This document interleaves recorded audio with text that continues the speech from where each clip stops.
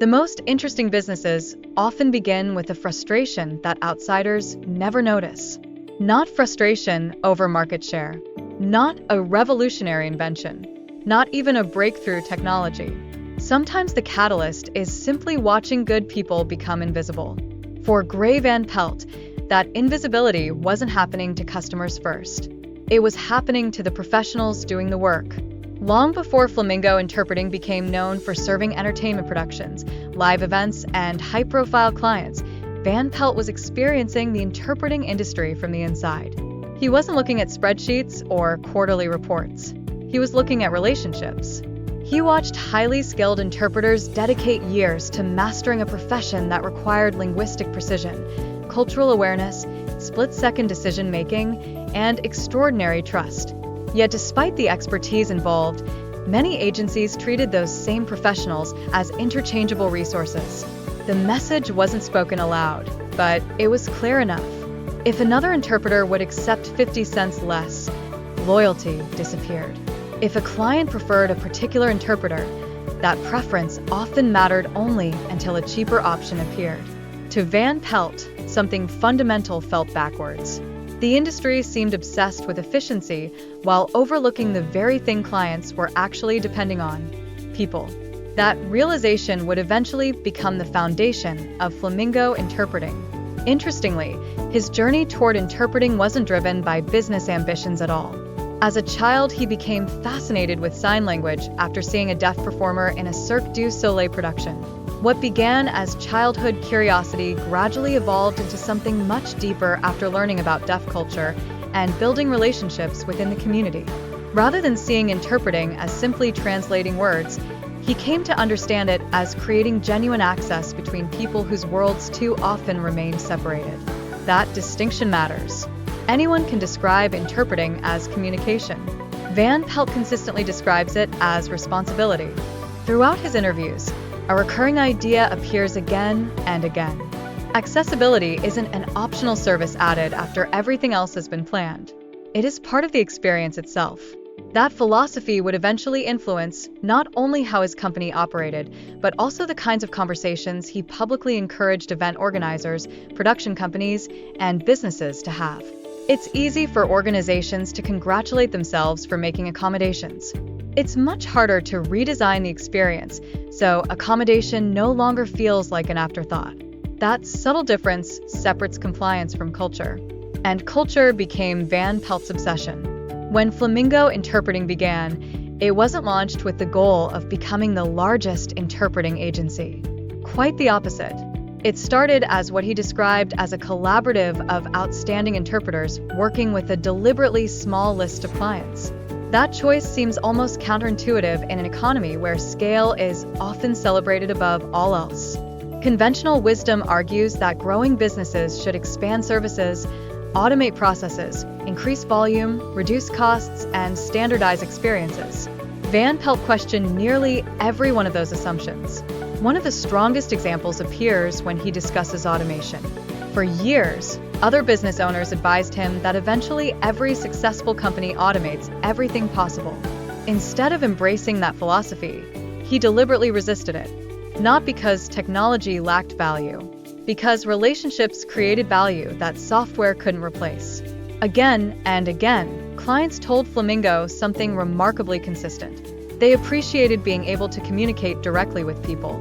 Interpreters appreciated being treated like professionals instead of anonymous contractors moving through a scheduling system. In many industries, those comments might sound like pleasant customer service anecdotes. But within Flamingo, they became strategic decisions. The company chose human connection over operational distance. That doesn't necessarily create the fastest organization. It may not even create the cheapest one, but it can create something much harder for competitors to duplicate: trust. Businesses frequently talk about competitive advantages as though they exist inside products. Sometimes they exist inside conversations. One overlooked phone call, one remembered preference, one relationship maintained over years instead of transactions completed in minutes. This became increasingly important because interpreting is, by its nature, built on confidence. Clients are often navigating sensitive conversations, public events, medical appointments, productions, educational environments, or executive meetings. The interpreter is rarely supposed to become the focus.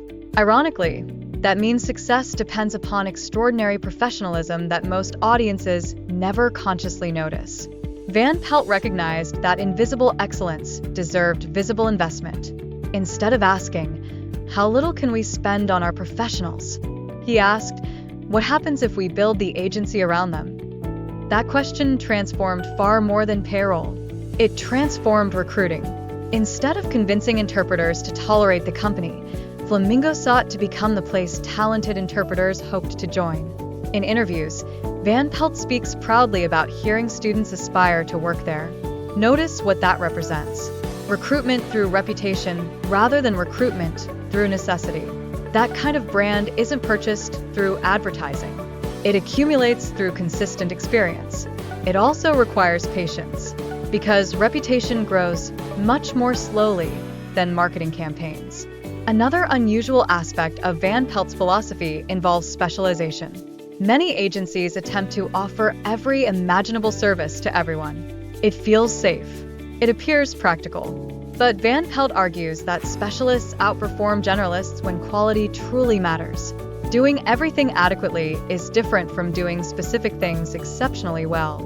That mindset also explains Flamingo's growing presence in entertainment, productions, and complex live events.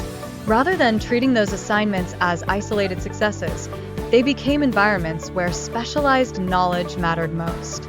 Working alongside productions, artists, conferences, public figures, and organizations demanded not only language expertise, but logistical precision, adaptability, preparation, and confidence under pressure. These weren't simply interpreting jobs. They were collaborative performances requiring immense preparation behind the scenes. Yet despite increasing visibility, including work connected to well-known entertainment figures, Van Pelt rarely frames success around celebrity proximity. Instead, he continually redirects attention toward accessibility itself. The interesting story isn't who happened to be on stage. It's whether every audience member was invited into the experience equally. That shift in perspective says a great deal about how he defines achievement. Many entrepreneurs eventually become captivated by impressive clients. Van Pelt appears more interested in improving the systems surrounding those clients. That distinction would continue shaping Flamingo's identity as the company expanded into new cities, embraced emerging technology, and found itself supporting increasingly complex projects. Because growth, as he would eventually discover, introduces an entirely different set of challenges than survival. And the principles that help build a respected boutique agency are often tested most severely when success finally arrives. The agency that began as a carefully assembled network of trusted professionals eventually encountered a challenge every founder faces sooner or later. Success changes the job. The work that once revolved around delivering the service slowly transforms into building the system that allows others to deliver it. For Van Pelt, that meant interpreting became a smaller part of his daily routine. Instead of spending every day in front of audiences, he found himself supporting the interpreters doing the work, refining operations, consulting with clients, and influencing projects before they even began. It's an adjustment many founders underestimate. People often dream about building a company because they love a craft. Ironically, the better the company performs, the less time they spend practicing that craft. Rather than resisting that transition, Van Pelt appears to have embraced it by redefining what contribution looked like. He speaks enthusiastically about attending events simply to observe his team at work. Instead of measuring success by how often he personally interprets, he takes satisfaction in seeing professionals he trusts thrive in environments where quality truly matters. That represents a subtle but important leadership shift. Immature leadership asks, "How can I remain indispensable?" Mature leadership asks, "How can I build something that succeeds without depending entirely on me?" The distinction is enormous. It also requires letting go of ego. Throughout his interviews, Van Pelt repeatedly returns to a surprisingly simple management philosophy. Talk to your people, not because it sounds compassionate, because it produces better decisions. He He argues that many executives unintentionally isolate themselves from the professionals delivering the actual service. As organizations grow, information often becomes filtered through managers, dashboards, reports, and metrics until leaders slowly lose sight of the everyday realities shaping customer experiences. Van Pelt seems determined to resist that pattern. He emphasizes conversations with interpreters, seeks feedback continuously, and encourages professionals to help shape the agency itself. That approach reflects another recurring belief. If you carefully recruit talented people, why spend your energy micromanaging them? Trust should follow selection. Otherwise, hiring becomes an expensive exercise in replacing one decision with thousands of smaller ones. His perspective also reveals something interesting about confidence. Many entrepreneurs speak confidently because they believe they possess the answers. Van Pelt often speaks confidently because he believes the answers might come from someone else. There is humility embedded in that distinction. It explains why Flamingo invested heavily in interpreter satisfaction long before such conversations became fashionable across many industries. Rather than treating feedback as damage control after problems emerged, the agency built systems encouraging honest communication from the beginning. Those choices would eventually influence client experience as well. Satisfied professionals rarely produce indifferent work. The relationship becomes circular. Support interpreters. Interpreters support clients. Clients return because they trust the experience. Growth funds further investment in interpreters. Instead of competing through lower prices, the business competes through stronger relationships. That decision becomes even more remarkable when considering Van Pelt's comments about pricing. He openly challenges the assumption that cheaper always wins. According to his experience, many clients contacting Flamingo weren't searching for discounts.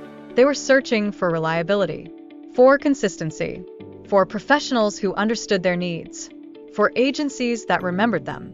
Price mattered, but disappointment with previous experiences mattered more. It's an important lesson that extends far beyond interpreting. Businesses frequently believe customers leave because someone else offers a lower number. Often they leave because someone else offers greater confidence. Confidence is difficult to quantify, but people recognize it immediately. Another area where Van Pelt challenges conventional thinking involves branding. He observed an industry filled with agencies using similar language, similar colors, similar presentations, and similar assumptions about what professionalism should look like. Rather than blending in, Flamingo intentionally developed a different identity. At first, that decision created additional work. Standing apart requires explanation. People naturally trust what feels familiar. Choosing a different path means repeatedly communicating why the difference exists. Eventually, however, distinction becomes recognition. Recognition becomes reputation. Reputation becomes opportunity. The very thing that once appeared risky becomes the reason people remember you. That pattern appears throughout Van Pelt's career. Whether discussing agency culture, accessibility, specialization, or client relationships, he consistently favors long-term credibility over short-term convenience. Even his personal habits reveal an appreciation for continual improvement rather than dramatic reinvention. He completes crossword puzzles to sharpen vocabulary. He intentionally learns something new each day. Before working with clients, he researches not only their industries but also the people influencing them. His objective isn't to impress clients with knowledge. It's to understand their world well enough that collaboration feels natural. That preparation communicates respect. And respect cannot be automated. The same mindset appears when he reflects on mistakes. Rather than presenting himself as someone who naturally excelled at every aspect of entrepreneurship, he openly describes areas where he struggled. One example became unexpectedly expensive. Early in Flamingo's growth, bookkeeping remained his responsibility. Like many founders, he convinced himself that hiring financial help represented unnecessary overhead. Only after finally bringing in a professional did he discover unpaid invoices worth more than the bookkeeper's annual salary.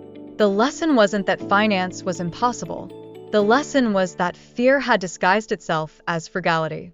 Delegation often feels expensive until someone calculates the cost of not delegating. That realization changed more than bookkeeping. It reshaped how Van Pelt viewed leadership itself. Founders often assume strength means carrying everything personally. Experience eventually teaches the opposite.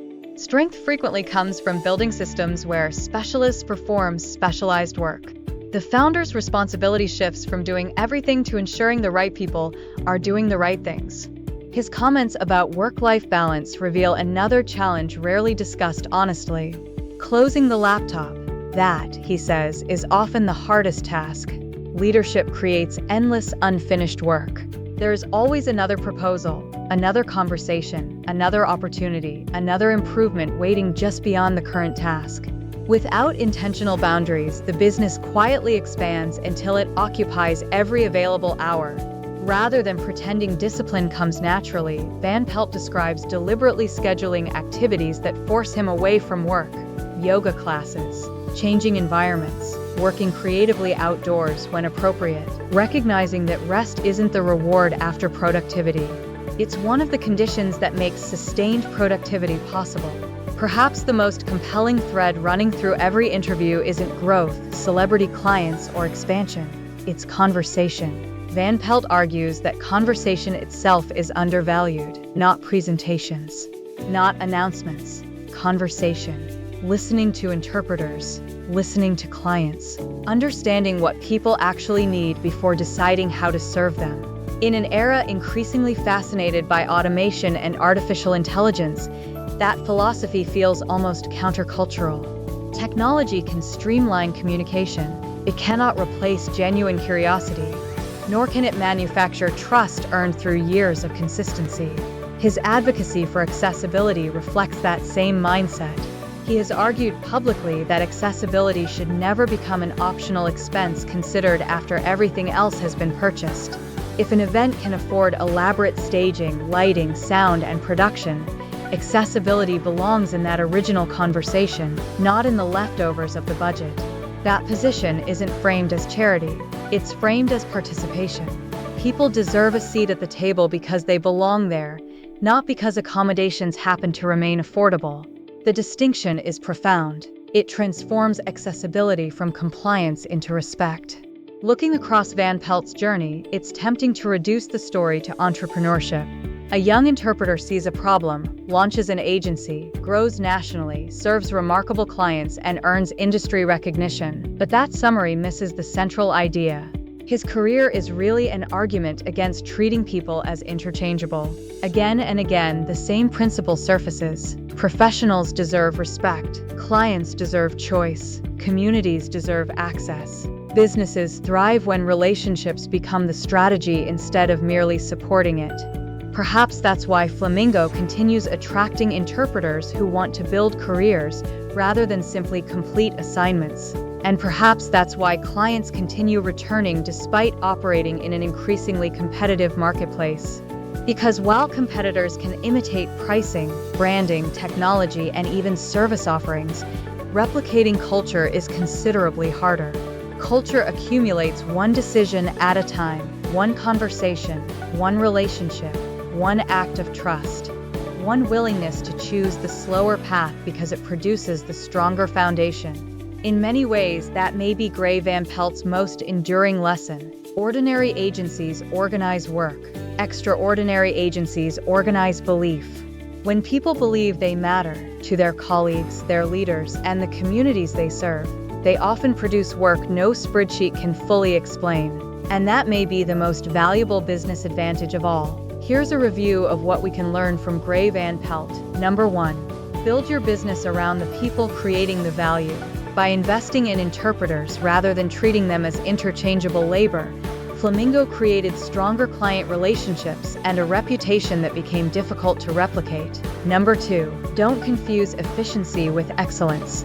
Automation and lower prices can improve short-term metrics, but genuine trust is often built through personal communication, consistency, and attention to individual relationships. Number 3. Delegate before fear becomes expensive.